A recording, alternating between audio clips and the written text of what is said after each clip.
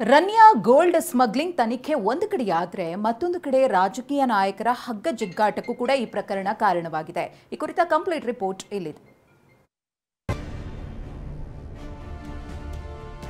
ಬೆಂಕಿ ಇಲ್ಲದೆ ಹೊಗೆ ಆಡೋದಿಲ್ಲ ಅಂತೇಳಿ ಹಿರಿಯರು ಹೇಳ್ತಾರೆ. ಎಲ್ಲಿಂದ ಬಂತು ಗೋಲ್ಡ್? ಏರ್ಪೋರ್ಟ್ ಯಾರ ಕಂಟ್ರೋಲ್ ಅಲ್ಲಿ ಇದೆ?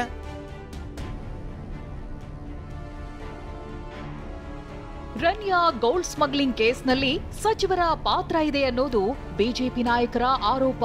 ಇದಕ್ಕೆ ಸವಾಲು ಎಸೆದಿರೋ ಪ್ರಿಯಾಂಕ್ ಖರ್ಗೆ ಹೆಸರು ಹೇಳುವಂತೆ ಕೇಳಿದ್ದಾರೆ. ಈ ಮಾತಿಗೆ ತಿರುಗೇಟು ಕೊಟ್ಟ ವಿಜೇಂದ್ರ ಬೆಂಕಿ ಇಲ್ಲದೆ ಹೊಗೆಯಾಡಲ್ಲ ಎಂದಿದ್ದಾರೆ.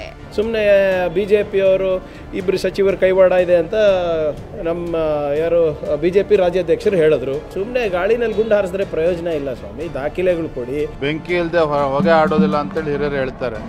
ಇಂಥ ಒಂದು ಗಂಭೀರವಾಗಿರ್ತಕ್ಕಂಥ ಪ್ರಕರಣ ಯಾರ್ದೋ ಬೆಂಬಲ ಇಲ್ಲದೇ ಆಗೋದಕ್ಕೆ ಸಾಧ್ಯ ಇಲ್ಲ.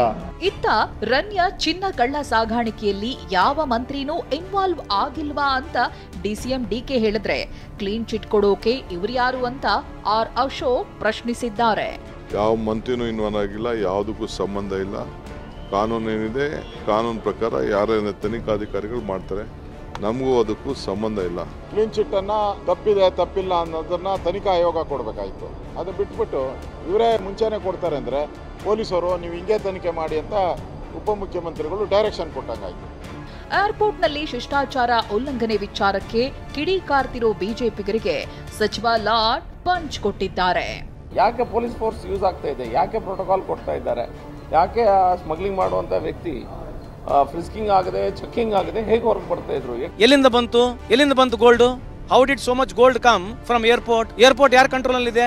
ಇನ್ನು ಕಾಂಗ್ರೆಸ್ ಶಾಸಕ ರಿಜ್ವಾನ್ ಅರ್ಷದ್ ಪ್ರತಿಕ್ರಿಯಿಸಿ ಸಚಿವರ ಪ್ರಭಾವದ ಬಗ್ಗೆ ಸುಮ್ಮನೆ ಆರೋಪ ಬೇಡ, ಬಿಜೆಪಿಯವರು ಸಿಬಿಐಗೆ ಮಾಹಿತಿ ಕೊಡ್ಲಿ ಎಂದಿದ್ದಾರೆ. ಅವ್ರದೇ ಸರ್ಕಾರ, ಕೇಂದ್ರ ಸರ್ಕಾರ ತನಿಖೆ ನಡೆಸುವಾಗ ಇಲ್ಲಿ ಬಂದು ಸಚಿವರು ಇನ್ವಾಲ್ವ್ ಆಗಿದ್ದಾರೆ ಅಂತ ಇವರು ಸ್ಟೇಟ್ಮೆಂಟ್ ಕೊಡ್ತಕ್ಕಂಥದ್ದು ಸರಿ ಇಲ್ಲ.